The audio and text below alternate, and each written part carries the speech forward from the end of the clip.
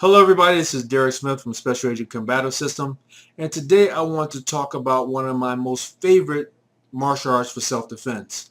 I studied this martial art, I've been studying for a long time.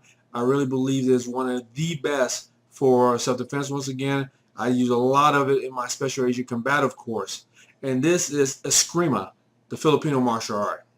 Now, Escrima is a popular Filipino martial art dating back to the 1500s during the colonization of the Philippine Islands by the Spanish. Now, Escrima is a very simplified but practical form of combat technique originally designed as a self-defense tool. So this was made for self-defense, not for martial arts competition or anything like that. Now, Escrima is also known by many other names, such as Arnis de Mano, Kali, FMA, which stands for Filipino Martial Arts, things like that. And you'll see a few others out there as well.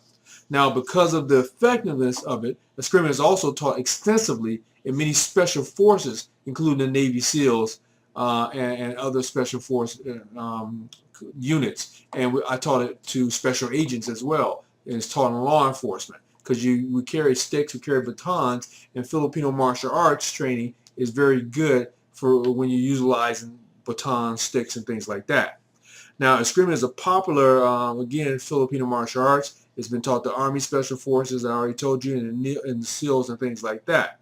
Now, a lot of people believe that Escrima or the Filipino martial arts originated from Chinese influence, influencing Indonesian fighting techniques such as Kung Tao, which I'm going to talk about in another video, Shun Fa, Tai Chi, those double stick forms that you find in these different arts.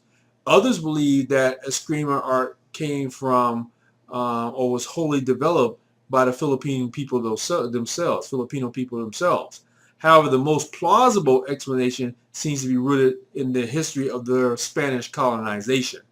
Now, when the Spanish occupied the Philippine Islands, a form of art similar to Escrima had already existed, but was only recreational there at the time.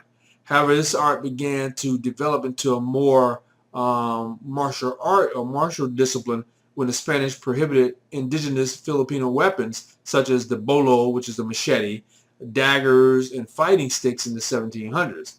So it remained a clandestine art until the Americans took over in 1898. From then on, the Filipino martial arts started to gain recognition and popularity.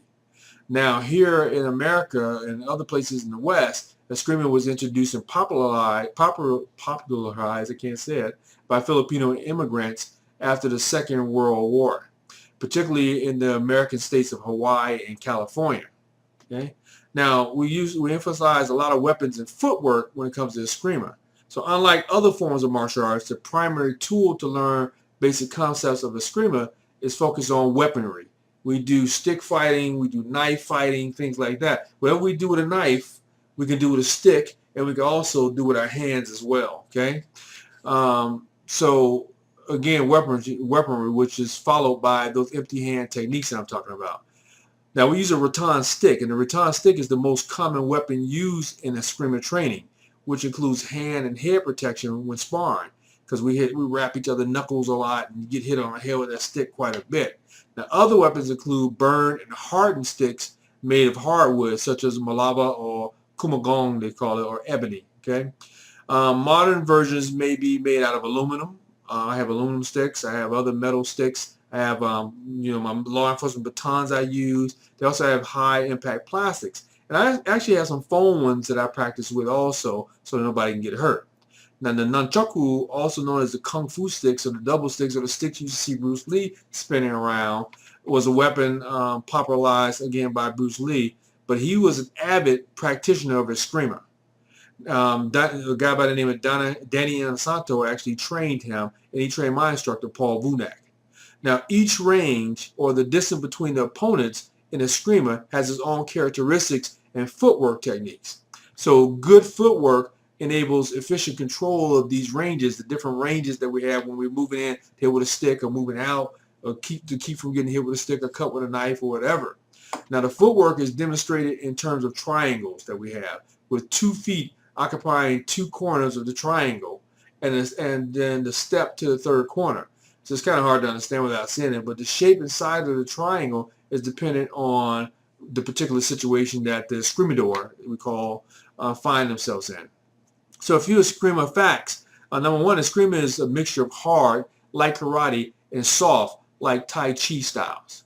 Escrima is taught on ideal street fighting settings without the need of uniform. So we dress like this. We just wear jeans or pants or t-shirt or whatever, and then we focus on street fighting techniques. And we actually do it in the street because that's what we're going to run across. I should be able to pick up anything, basically, say this pen, and use it like we would use a knife using our Filipino techniques that we practice. Okay.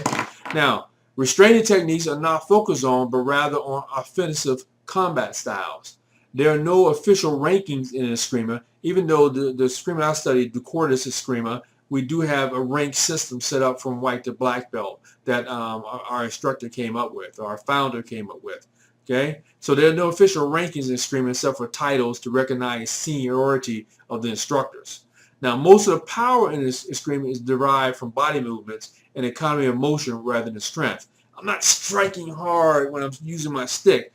I'm using quick motions with the stick. I do have some follow-through motions, but it's quick motions using my entire body when I'm striking. Now, Escrima is a complete martial art focusing on weaponry and empty hand techniques. And Escrima provides effective training and sparring against multiple opponents. So unlike Brazilian Jiu-Jitsu, I said in my video, you can't fight multiple opponents. With that stick, you can hold off 3, 4, 5 opponents, or with a knife, using your Escrima techniques. Again, one of the most complete, in my mind, combative arts for self-defense.